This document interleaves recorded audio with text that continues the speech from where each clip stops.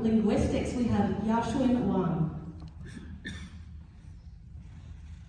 Hi everyone, my name is Yashun from linguistics department, and today I will talk about the rules behind emoji.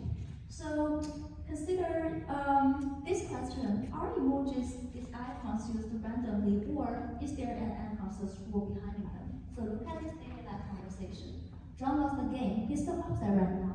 Sad face. I'm happy that he's being upset. Happy face. The game reminds him not to be arrogant. And clearly, we know that the boy is happy, but the girl is happy. The girl is sad, but the boy is happy. But now we turn this face one to the positive and the other to the negative. It's hard to interpret the boy's message now because he's stating I'm happy and as well as using a sad face. So this may tell us that emojis always refer to the speaker's attitude, but not the sentence subject. Here, refer to the person, the boy's attitude, but not John's. To make an analogy, if I say, I made a tiny cookie while stretching my arms, it's hard to interpret my message because my gesture and my utterance does not align with each other, right? And it is the same thing for the usage of emojis. If you want to use a happy face, you must utter that I'm happy. So with this property, we may take the advantage of emojis to help people suffering from alexithymia. So the alexithymia people are those who have difficulties in interpreting other people's emotions as well as expressing their own feelings. There's a recent study which says that emoji use is quantitatively but not qualitatively altered in alexithymia. So when people cannot interpret the written text, they can always resort to emojis to help them interpreting other people's feelings. But there are some difficulties in our research. That is, how's your exam? It's not difficult at all. Smiley face. Clearly, there's some ironic usage of emojis, and we need to figure that out in our ongoing research. Okay, let's look at another sentence. The girl is photographing the dog.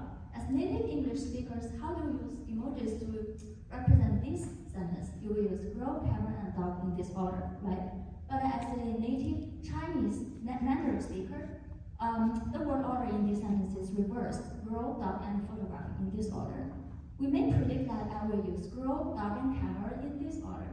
But based on the research I conducted, it seems that both Mandarin Chinese speakers and English speakers will use in this order.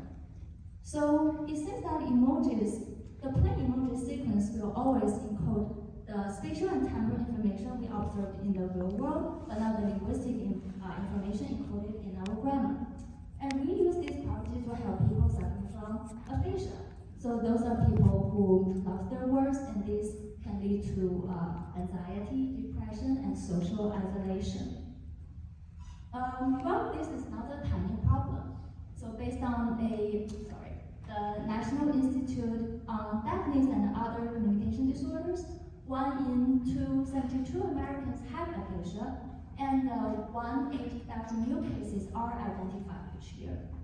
But most of basic patients understand emoji. We can just translate those written texts into a sequence of emojis to help people understand and express their own feelings.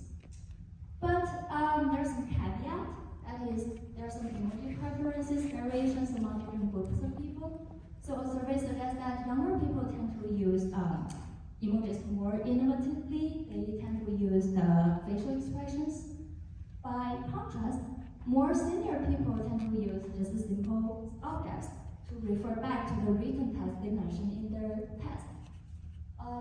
And in terms of gender, it seems that females tend to use the positive phrases to express the positive feelings, and they tend to use emojis more frequently compared to males.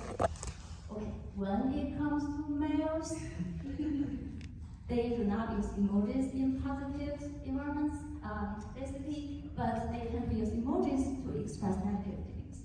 Okay, in conclusion, it seems that the grammatical emojis do facilitate the grammar, and we can use different properties of emojis to help people suffering from different language disorders, and this can help us